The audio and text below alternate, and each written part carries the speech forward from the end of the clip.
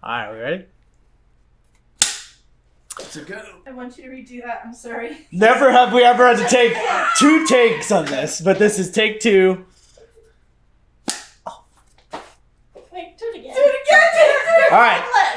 Now we're going to do this again. Take 3 of thank you for tuning in to Desert Soundcheck, episode 4, take 3. I'm Derek Salois. I'm joined by Gregory Morton. Before we start rolling with conversation, I'm going to say one thing because you're a humble man. And you always argue with me whenever I start gassing you up. And you always have to one-up me every time I say some kind thing. So I'm going to get it out now.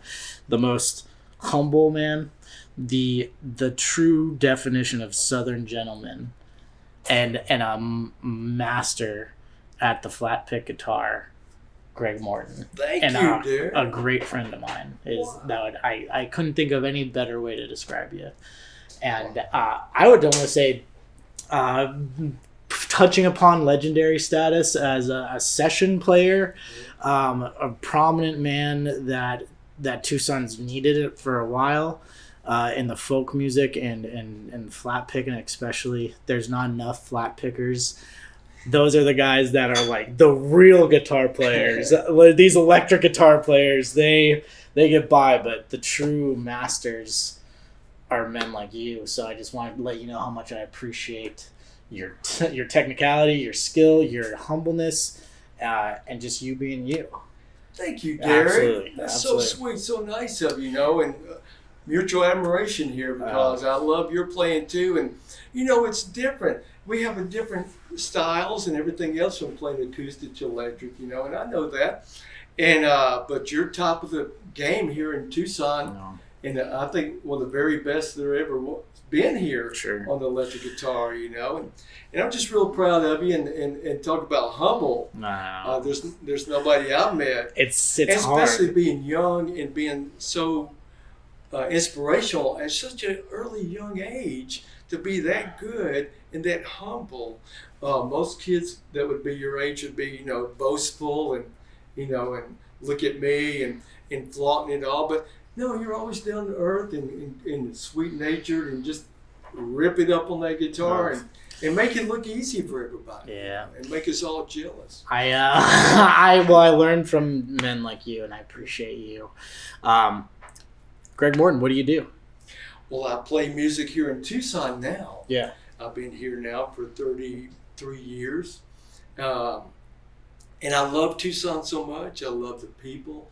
I love the animals the most. Yeah. And I love the music here even as much as I do the animals and stuff, because we're so lucky. I came from I came from Memphis, Tennessee, where everybody and their brother were really great musicians. Cousins, everybody else played great. It's a music scene. And there's always a young kid around the corner that was way better than you.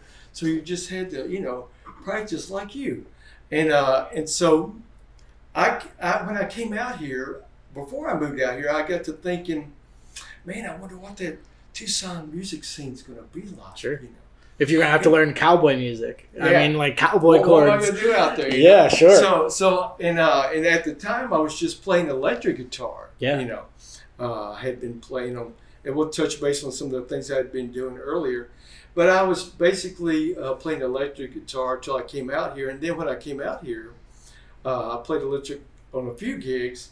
And then I started working at a music store, Guitar Etc. and LA Music first, and then Guitar Etc. I very much remember Guitars. I took my first guitar lesson was at Guitars Etc. Was it really? I did it for 6 months, and I said, as a punk teenager would, I said, I can do this myself. And then I never took another guitar lesson again, but great shop. Good for you. Oh, it's a great shop. I don't know. It was great. That was a fine local business. Yeah. It was a fine Tucson local business. It was a great business. And I'll tell you, talk about lessons, I only had one lesson. Sure. When I was a kid in 1969, I had my little electric guitar. I went to Guitar and Drum City on Summer Avenue in Memphis, Tennessee, with my twin brother, and I at the time the popular tunes were Hey Jude and Crimson and Clover. And I like that tremolo thing on Crimson and Clover. Sure. And I love Hey Jude. So I went for my first lesson. I was a young guy with blonde hair, white pants, and a red shirt. And we sat in there with him. I said, hey, man, can you teach me how to play Hey Jude or Crimson and Clover? He goes, I hate those songs. And I said, well, maybe so. And then he had a red ink pen, and he dropped his red ink pen on his pants, and he threw a fit because red ink pen on his pants. And then he got a notepad, and he wrote a little note, scribbled it up real quick, and handed it to me. He said, go give that to your folks and waiting for you out in the car. So our folks were waiting in the car out there. So I took that little folded note, went out to the car, and my mom and dad opened up the note, and it said, I'm sorry, but your sons are not musically inclined. Please discontinue lessons. That is the craziest story I've ever heard. So, I've never heard that. That is absolutely crazy. It's true. Crazy. So we went back inside, and Paul Kraft, who was working in there, who had written songs for Seldom Seen and with Linda Ronstadt and all these different people, he had written great songs, was working there, Paul was. And he goes, Greg, here, let me get you something. He got me this Mel Bay guitar chord book. Yeah. He said, take that home with you and study it. And I did. So I got that Mel Bay chord book. I still have the book. Huh. So I took it home and I studied and worked hard and I practiced for 8 hours a day. We had a poster shop, so I'd pull staples whenever we needed to or make buttons. And then I'd practice. My brother and I practiced all day for 8 hours a day. Sure. And then, so then I would listen to albums and slow them down on my thumb and, go back and forth. So that's how I learned how to play, was doing that. Sure. And so I wasn't going to let that guy or anybody else say, no, you can't, because I don't take can't, because can't never could. So I always, my banjo player teacher, I had a banjo player teacher who said, Hollis, I can't play that, Mr. Floyd. He goes, can't never could. That's a great way. So, and I took that advice too. But anyway, from that point on, if you want to do something, just go for it and do it. So anyway, coming back full circle back here to Tucson, Arizona. So I came out here in '92, and I was working at LA Music and Guitar Etc. and started getting gigs out from there, because I was just demonstrating acoustic guitars and guitars for them at the store, Right. Showing them people would come in what the instrument would sound like if they played it. Sure. They had a beautiful acoustic room. From what I remember. It was great. So Bill Gantz was there, and a lot of great people. So anyway, I was just basically just showing people how the guitars sounded and sold a lot of guitars for them. You, if I needed somebody to show me what an acoustic guitar sounded like, I would pick you to show me what it could sound like, and then I would pick it up and like ding ding ding. Oh no! But the thing of it is, what you want to do is you want to play some things and then give them the instrument and kind of compliment them and show them what they could do with it, Sure. And say, well, you're doing a great job. Try this or that, and doesn't this guitar sound great? And so anyway, they'd always end up buying a guitar. Sure. So the master salesman is what I will add. That I had no idea that was on the resume. But So anyway, so I did that for a good while. So from that, I would be getting shows to play, and I would kind of set my rate early on when I was first here, and what I would play for and what I wouldn't play for. Sure. Of course, I played a lot of free shows and a lot of benefits and things like that too. But I always try to keep it where I was able to make a little money off of it. Sure. Pretty good. Well, let's rewind because we're in Tucson now. But let's go to Tennessee. Yeah. Because there's some crazy. We're getting into the Tucson stories, but the meat and potatoes are almost in Tennessee, really, because you were.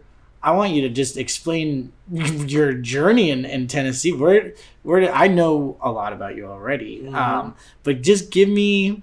So you took lessons, you learned, you probably made your parents running up the walls for playing 8 hours a day. Yeah, we studied hard, just like you did on the side of the bed or on the couch, and just like going over all your Stevie Ray Vaughan licks and all this stuff. Well, I'll tell you a story of how I learned. Is my dad loved music and loved the fact that I was wanted to become a musician. Mm-hmm. And so he bought me. He was a drummer, wasn't he? My dad was a drummer. My dad was a drummer. Fine drummer back in Boston. He was in the marching band. He got to play for the veterans. He was allowed to play with the vets when they would do all the parades. So he was, he has his own glory back home, much like everyone else I'm sure does. But he was so excited. He bought me, a big ol' amp, much like this. He bought me the big fancy guitar, and he said, "Look, take that with you and just figure it out." And I remember the clock would hit about 3:30 in the morning, 3:30 a.m. I'm sitting in front of the amplifier with it pretty loud, and the walls were thin in the childhood home, and I never got gripe. No parents ever knocking on the door. They said, "That's fantastic." Yeah, my dad. The proudest moments I think my dad has had is watching me play music, and that is like a driving factor. Is to see your father be proud of musicianship. Absolutely. And I would assume, the roots of your playing, did it come from your parents? Well, I'll get to that point. Yeah. So my beginnings were sitting on a tractor battery. I had boards on so we could be high enough to sit at the table, and right behind us was the radio. It had a little yellow glow to it. And it was WSEM. It was a Nashville station, Grand Ole Opry station. It had all the, cool. Roy Acuff, Porter Wagner had, all the greats back then. Flat and Scruggs. They had a TV show. Mm. So we would listen to that music, and it just caught me from when I was like about maybe 5 years old, listening to that music behind me at the table. And when they played, we had a turntable. It had 78 turntable records, so you could wind it up, and it had all these old albums from Bill Monroe and all this stuff, Flat and Scruggs. So we got the bug early. Yeah, 5 years old. So, and then of course the Beatles came on along, and Elvis lived in our town, and we'd go watch him. We'd ride our bikes over and watch him play out in the yard with his kid or with his horse and whatnot. But so anyway, so in the early years, in the I'd say the 50s. And then the early 60s, the Beatles came along, and they were our favorites. Everybody got Beatle wigs, Beatles shoes, Beatles suits, and drums, and all that. Followed the Beatles. So I got big into the Beatles, too.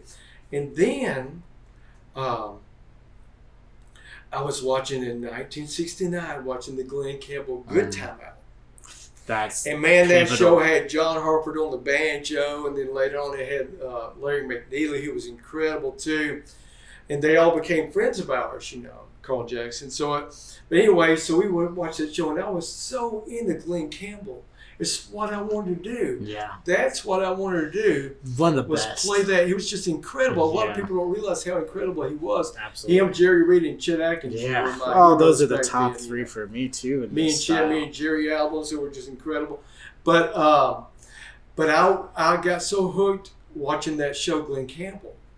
And then wasn't like a few months later, our cousin Joe Taylor played guitar. Yeah.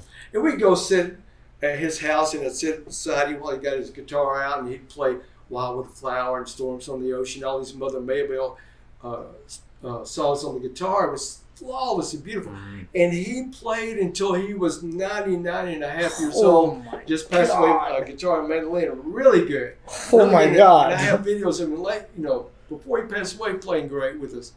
And we even recorded an album together at Sun Records. He was the oldest artist ever to record at Sun Records. Oh my God. So we wanted him to have that too. So my brother and I did 2 albums there. But anyway, so Joe Taylor, our cousin, was going to go down to Athens, Alabama, that place where I'm going to be judging at. Sure. He went down there with Hollis Floyd and took us with him to this bluegrass festival in Athens, Alabama. And he won the guitar contest. Yeah, and course. Our banjo teacher won the banjo contest.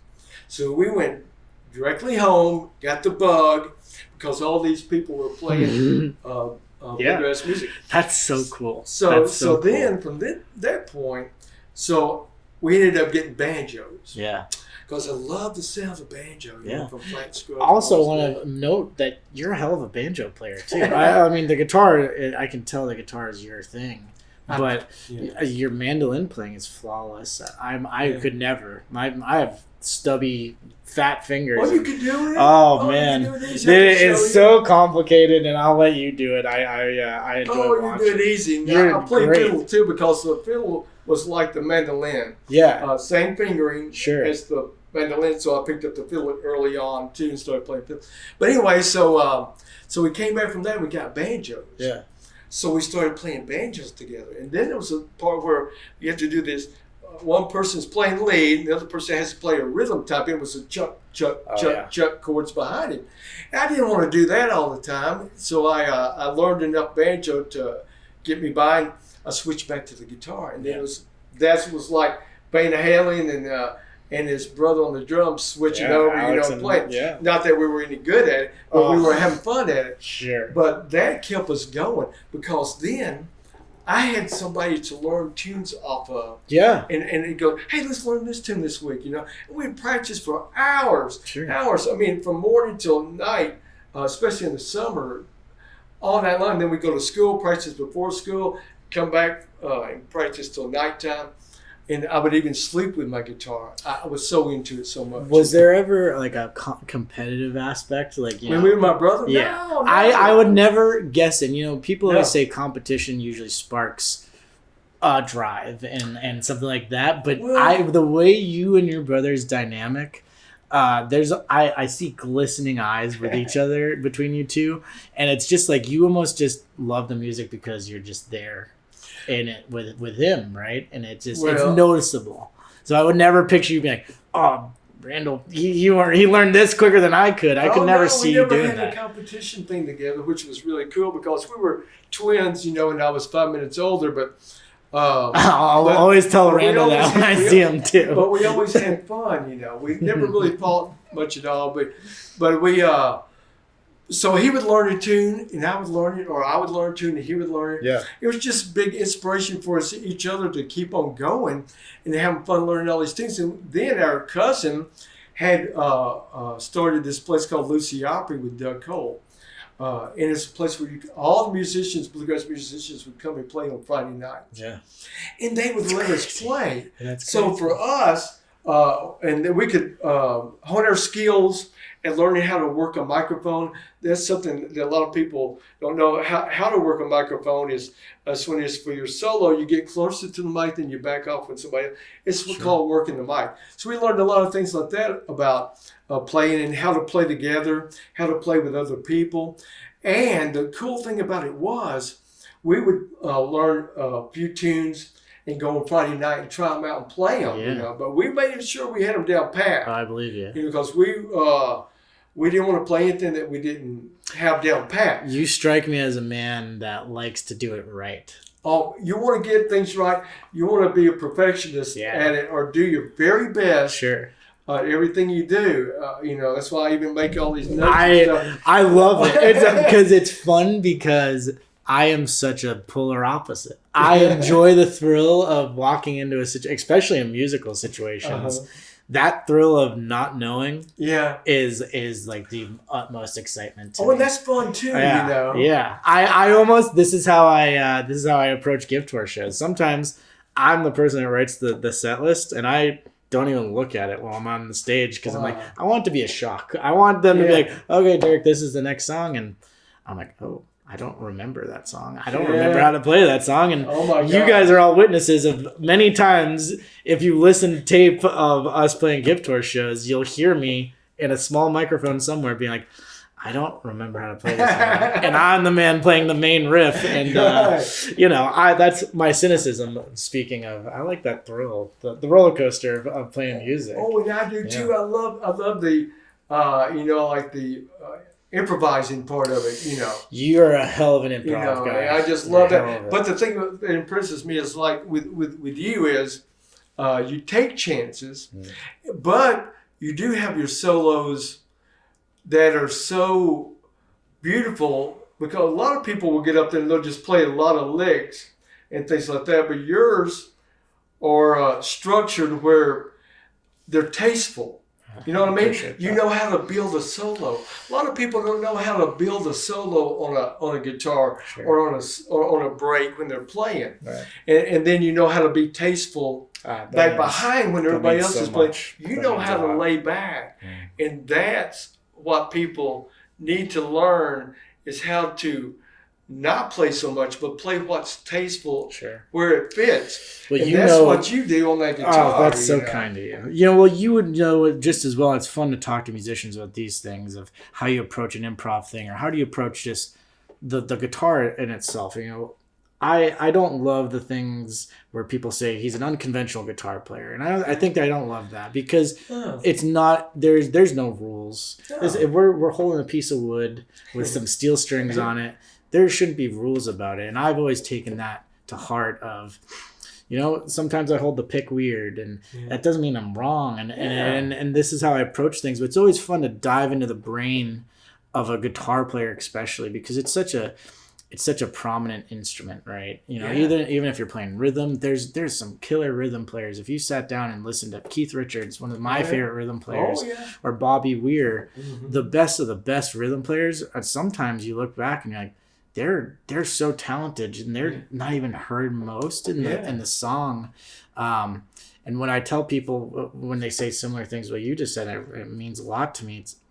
I'm telling a story with notes, and I'm almost like a singer. You know, it's very similar, and if you can convey that, I think it was Eric Clapton that said that, and it really stuck with me. Is I used to be a guitar player that would start the solo and just, how fast can I go right now and see how I can do it? But that's being young. Yeah, And, absolutely. that's being. I'm sure you went through started out, similar you know. things, and then over time you kind of ride this wave, and you go through different influences, and you go through, you know, you mature as not only as a human but as a musician, and you can really see a difference. And I'm sure you must have, because your resume of being a guitar player is so impressive, and you'll never own up to it, but it is so impressive. And this beautiful guitar you have sitting in front of us is With your autograph. with my, for whatever reason, my name's on that. But this is a testament to the hard work that you put in when you were just a young boy, because you and your brother too, it's so beautiful, you know, and I'm so glad you did it. I'm so glad you put all that time that you could have been off messing around doing, you know, 10-year-old kid, 13-year-old kid things. I'm sure it's shaped your life, and better. I'm sure you've seen so many cool things in Tennessee. It's taken us all around the world. Is what it's done. Yeah, you know? tell me tours to Europe and Orient. And the Asia. just you. So when did the session? You were a session player. I was in Nashville at Yeah. one point. So what happened was, after we started playing the Lucy Opry and all that kind of stuff, and then we started doing the contest circuit. Yeah. And contest playing is a whole lot different from just playing a tune or so. When you're doing we would do the contest circuit because that was our way of making some pretty good money and getting instruments or whatever the nice prizes were. Sure. So in the early years, you know, starting in probably 72, 73, I started winning contests, my brother in 70. And so we would go from contest to contest throughout the South. You know? Right. And we got lucky a lot, you know, because so what you do is you play a tune, like you'll pick a tune like maybe Alabama Jubilee or something like that, and you'll practice it, like you'll get like about four versions of it that you play. You always want to play the first one straight and simple, so they can hear that melody. Oh, sure. The second one, when you veer off and get a little more experimental. Third one, you get really experimental and embellish on a lot of stuff. Use all the fun licks that actually are tasteful and fit. And then the last one, you come back to the melody. Yeah. And that's what always worked in contest tunes, just like that. You know, they were like 2.5 minute tunes, you know, that you play. But when you get like 4 or 5 of those tunes, and you would practice them over and over flawlessly, where you had them where you didn't have to think about it, you know, like. Which is we've commented on your guitar playing. It's like blinking for you. A lot of the times, you talk with the admiration you have for me, which is wild. But I watch you play. there's like you're thinking about what's for dinner, and like I forgot I have to do the laundry later, and like I pick up my wife later too. It's like it's incredible, and it shows the time you've put in. You're just a natural. Nature, it comes second nature, just like when you're up there playing and doing all these tasteful solos that you do. It's just like you get into the zone of it. Absolutely. And then once you're in that zone of it, it's just like Wonderland. It's just like things open up in your mind, and you're going places where you wouldn't even imagine or think about. Absolutely. It's just like transcends you into this musical journey. Sure. And that's what the beauty of being able to play as well as you do. You're at that point now where you can do that. You can improvise and just go crazy, and you know how to build a solo to make it work and to give those emotions to those people, and they bring it back to you. Oh, sure. With that, because a lot of people don't know how to do that, but you know how to do that. But that's one of the main things. And so we would do the contest circuit. And then in 1974, I met Marty Stewart, and I met Mark O'Connor, who was a champion fiddle player. That's crazy. Yeah. World champion. So we traveled together. His mom was sitting him down from Washington State with a skateboard in his hand and a fiddle in the other. And we would skateboard and play all these contests, and our mom would take us to all these contests throughout the South, and his mom would come down in the summer and take us all these contests, and the Cass Walker show, TV show in Nashville, and met all these amazing musicians through all these contests and festivals that we would go to. All my heroes, where you can see here. There's substantial names. There's on great that people guitar. there. So we got to be friends with all these people and pick with them too, Sure. So it was a wonderful musical journey through the contest circuit. And Mark and Randall, we all went out to Winfield, Kansas together. Mark won the National Guitar Championship. My brother won the National Banjo Championship, and I backed them both up. Wow. In Winfield, which was a big deal, and it's on the album of Mark's called "Picking in the Wind," and I'm on that album with him. But we did a lot of touring and stuff like that, and then right after that, we started. My brother and I started playing with a group called Buck White and the Down Home Folks, which turned into the Whites, and they were really prominent in the bluegrass world. Sure. Great musicians, played the Grand Ole Opry a lot and stuff. We did, and so then we played a few years with them, and then and still doing contest stuff and the circuit. So after that, then I got into electric. I got into jazz, real deep with George Benson, Oh man. Yeah. Joe Pass. There have And I been learned all many my chords from conversations Ted Green. we've had of just admiring just Joe Pass. Oh, His man. name really should come up more often. It should. As those you always hear the Slash and you always hear the Joe Perry and whatever. Yeah. But Joe Pass. Oh my God, those solo albums that he did with those carbon bass lines and stuff like that, you know? Those players that you can tell really had an influence in different backgrounds besides just rock music. Like Al Di Meola is one of those other ones that I really think about. Oh yeah. He was just out of this like world. a wizard, you know? 100%. 100%. Yeah, he was great. He was great. He still is. Yeah, absolutely. And so I got so deep into George Benson. Yeah. I bought me a George Benson, the IB10 Ibanez guitar. Awesome. Yep. Great And guitars. I played that thing, and we had a little country band with Mark Colley, and we played all throughout the South with Mark. And now he's famous. He does all these TV shows. But anyway, so ended up going, taking that down to Hawaii with us when moved down there and played for 3 years on the Don Ho show. And yeah, well, that's we gotta pick some time for that because that's a big deal. I've seen pictures and it's inspiring to hear these stories because it almost tracks back to what you said before is there shouldn't be that, right? Like it's so funny that you can take that saying from your banjo instructor and bring it to where we are now. Oh yeah, is you got to these crazy places really for a kid in Tennessee, just hanging out and doing these things. You know, I would imagine, were there ever moments where you just step back and you're like, holy shit, like we're here? Yeah, you know, I would sit out there on that jetty. I'd walk out on the jetty before you go surfing out there and stuff, and look back at Diamond Head and say, man, I can't believe I'm here, and I don't know how long this will last, but it worked out Surreal. perfectly, you know. And then, so we played on the Don Ho show for 3 years, and we came back. We did a USO tour to Japan, Korea, Okinawa, Iwo Jima, Marcus Island, Guam, Philippines, and all that, you know. And then, and so we did that, and then I came back. Now we're getting closer to here, so I came back and we did another USO tour to Europe, to Germany, Holland, Denmark, and Austria. And these are places that I would have never gotten to go had it not been for sitting on the side of that bed and practicing hard as I could to learn all these Crazy things to think. the best I could. Yeah. That took us little poor kids all around the world, you know. So It's we did so that. cool. What an inspirational story that is, you know. Yeah. I wish more people nowadays, because there was a scare. We are coming back with the guitar, and something I love that you do is you host, I believe you host like a little jam for local musicians, whether they're skilled. I see it all the time, and I'm nervous about it. I'm like, I want to go, but I'm scared because I'm scared of the audience and or the players.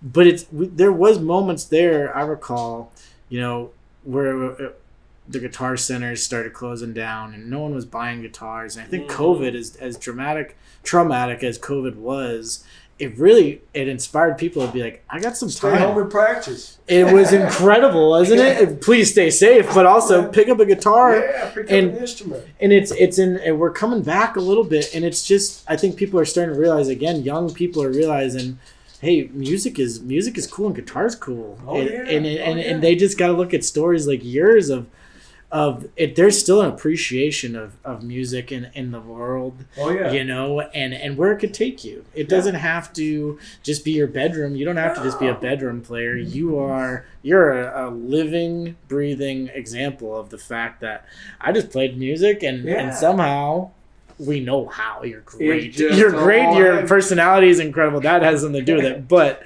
your technicality, it really paid off. And thank you. yeah, absolutely. We were lucky, you know, and it was a wonderful journey. So then I ended up in Nashville doing session work for a few years, and then I came out here. Yeah. Ended up playing at Telluride Bluegrass Festival, and then met my wife. So anyway, now let's get here to Tucson, because Tucson is like we talked about earlier. Before I was going to move out here, I thought, because Debbie would send me these really pretty cards and want me to come out with calligraphy right and all this cool stuff. Sure. Come out to Well, Debbie is such a beautiful woman. You have to do what she tells you to do. If you'd be crazy if you didn't. And she's a sweet woman. Also. Sweet girl. She loves music. She was going to Telluride before I even knew her. So That's she was crazy. into bluegrass. Yeah. So anyway, I came out here, and I thought to myself, now what's it going to be like, music-wise, in a little small town like Tucson? Right. And come to find out, there's just amazing musicians here. I mean, they're as good musicians here in Tucson as they are in Nashville, Absolutely. LA, New York. I mean, they're fantastic. We've got such an amazing array of talent here. 100%. A wonderful, wonderful musicians here in Tucson that you don't see anywhere else. Right. And we're so lucky to have that, like yourself, Gift Horse, and so many great musicians that are here.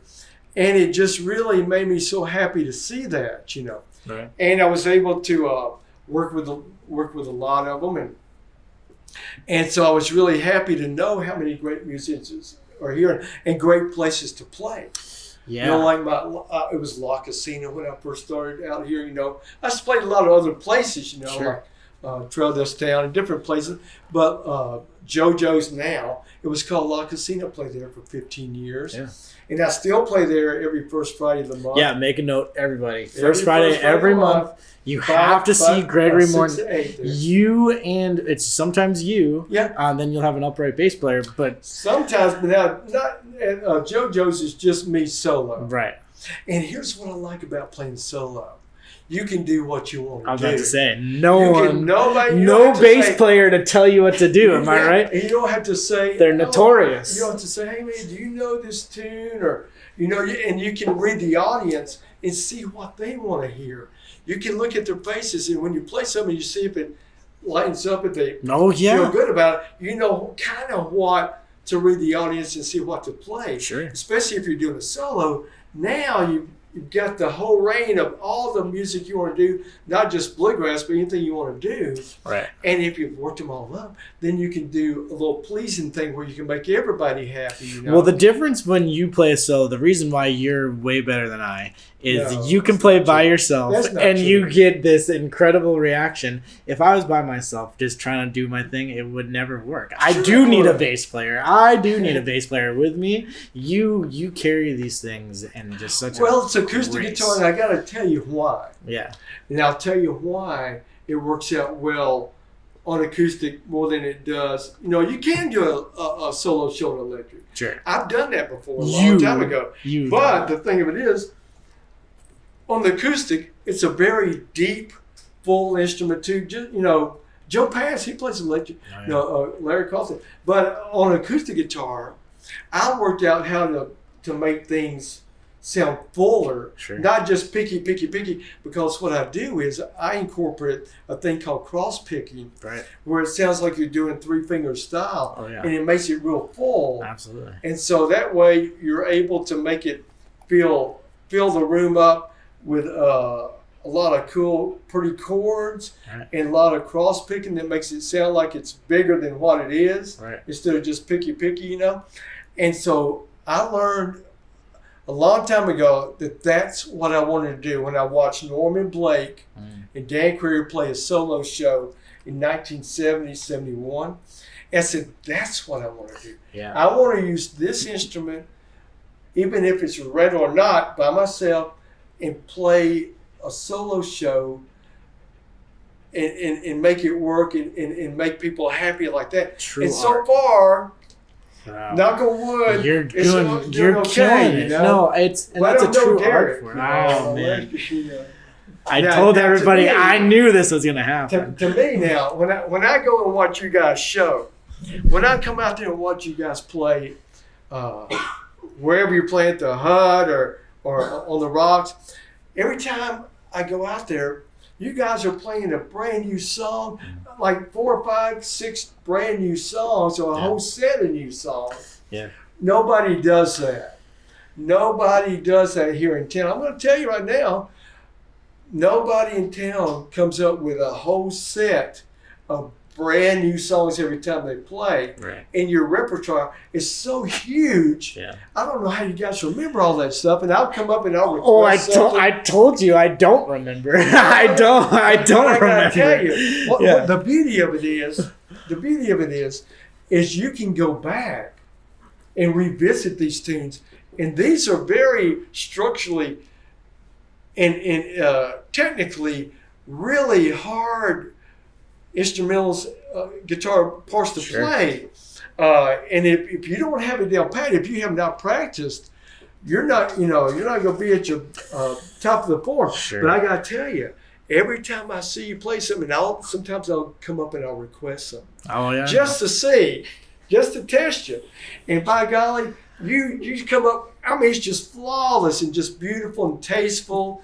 And just let me shake hands. She's just waving. But I am so impressed with your playing. Yeah. And Gift Horse as a band. All you guys are just incredible. It's- your sister, and all of you guys are just That incredible is at what you do. a highest compliment I could ask for. And Thomas on that bass. Wow. The band, what I tell people, and you're not going to like me saying this, but I'm going to say it anyway, and I say it often, is if the band wasn't good, the guitar wouldn't sound great. They let me be the front line for whatever reason, but the band is so locked in. Yeah. And that is what's really important. You can absolutely relate to something like that. As being a guitar player to a banjo player or a mandolin, which are kind of floating around and kind of running everything. Yeah. The guitar maybe doesn't sound like the loudest instrument in that scenario, but it is the Right. most important. The Gift Horse band, I'll say this on record. I hate saying this on record, but I'll say it. The band is so good. It's like baking a cake, right? If the cake is good, it's a good cake, and the frosting. Great recipe. Yeah, the cake's got to be good, and the frosting is always going to be good, right? Yeah. And so the lead guitar is a lot of times the frosting. If It the is. cake is good, then it's going to sound good. Hell yeah. So I appreciate you understanding that, but it's also I can never and I will never take credit for Gift Horse's success. It is 80% the band, 10%, whatever else, and then I'll take the other 10% of. Yeah. I'll take a 10% cut of gift horse, and that's it, because it's important. And you've, just we're running on time here, but Are we running out of we're time? well we're running high on time. But Okay. I wanna. So here's what it is. They are like your big pillow that you lay back and they let you just do what you want to do and paint those beautiful pictures. Absolutely. But as a collective band and artist, each and every one of you are fantastic and unique in your own way. That's what makes Gift Horse so incredible. It's so good is you guys all work together as a team. Sure. And it's not no egos in that group. No, there There's really no is. egos, and it's always just cool. I mean, just beautiful, fun music that everybody loves, from the 60s to 70s to 90s, all the great music that you guys do. But I got to tell you, the icing on the cake is your guitar playing. That's the kindest thing I It can ask really for. is. Yeah, and it means a lot that people realize it, and it's and like you said, there's so many great local bands there. I mean, notables are just off the top of my head, like Legion of Mario. If you want they're great the too. closest Jerry Garcia Oh, experience, they're fantastic, yeah.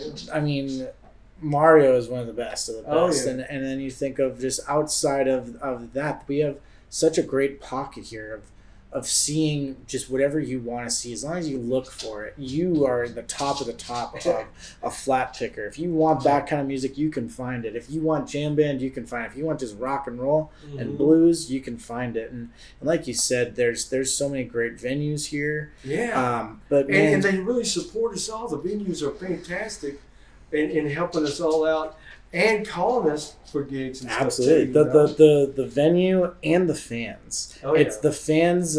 If it wasn't for the Tucson fans, we're not a big major city, obviously, like Memphis Oh, or yeah. anything like that. But LA. we have a music lover community, and I know the music community should love you. They should love everything in this town has to offer. We're lucky.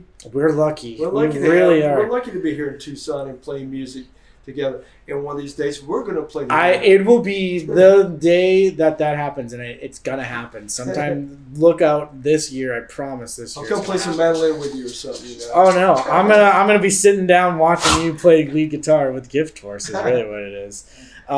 Greg, how do we find your live music show? How do we find Well, it? the only way I really advertise is on Facebook. Sure. I just put my shows up there for that.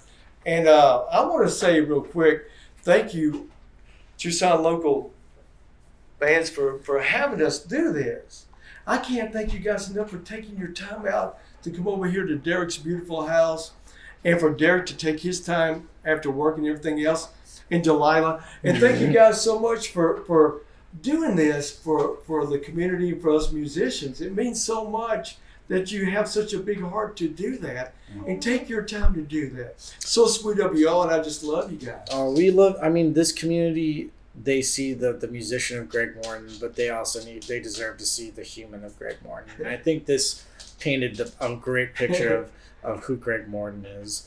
And I want to very much emphasize, come see Greg Morton. This is a legend. He won't tell you he is, and he'll come and find you in the audience, and he'll buy you a beer for whatever reason. I will. Yeah, I know you will. I know. But it is music history, music legacy is Greg Morton. Oh, and I want Tucson to know that. Find Greg Morton, listen to him, go to JoJo's, go to Little Abner's if you're on that side of town. It is every Sunday at Little Abner's from 5 to 8. Been there for 4 years now. It's a fantastic place to go. I'll play some cowboy music. I'll play whatever you want. But I want to say this. I can't wait to pick with you, Derek. Great. We're gonna have fun together. I know it's gonna be a hell of a ride. And it's I'll been tell you a wonderful time here to have a mutual guitar inspiration to hang out with and talk with Derek. Thank you so much. Greg, this is one of my favorites. So I appreciate you. It's Desert Soundcheck. Make sure you check out Greg Morton, and yeah. And we'll see you soon. It's very soon. Very soon. Even the last one was Mickey Dolenz of the Monkees. But here's Willie Nelson and Glenn Campbell, Jeff Bridges, Ricky Skaggs. Just all the greats, Jimmy Webb, Marty Stewart, but everybody, Doc Watson. But anyway, I want to have you autograph it tonight, you know. I I'm don't not sure if you want to do it. And make it nice and big so I can see it on there, okay? This is close to your heart, is it not? It is. This is the And closest part of your heart. I mean, here's Jeff Bridges. So, That's so ridiculous. put it right there, you know. I don't know if I'm worthy of this. Yeah, put him on there. And put it where I can see it. All right, I'll do it for him. Perfect. So awesome. Thank you so Okay, much. stand with What the an honor. guitar. Ah, Sit with What the an He's- honor. I love Ready? this guy. What an honor. Well, I gotta do a couple pictures now.